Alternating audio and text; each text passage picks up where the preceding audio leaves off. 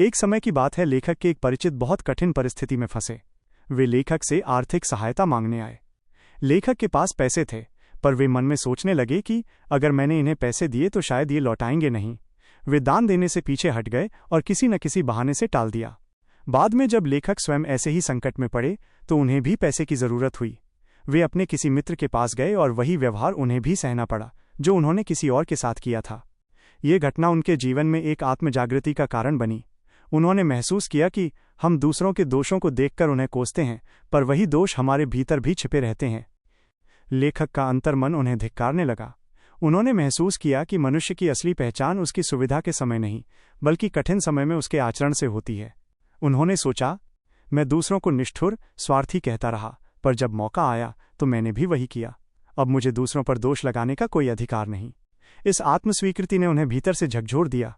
उन्होंने ठान लिया कि अब आगे से जब भी किसी को मदद की जरूरत होगी वे स्वयं आगे बढ़ेंगे, चाहे परिस्थिति कैसी भी हो। कहानी का अंत लेखक के आत्मप्रायश्चित से होता है। वे कहते हैं कि मनुष्य तभी सच्चा बन सकता है जब वो अपने दोषों को स्वीकार करे और सुधारने का प्रयास करे। दूसरों की आलोचना करना आसान है, पर स्वयं में सुधार करना ही सबसे कठिन कार्य है।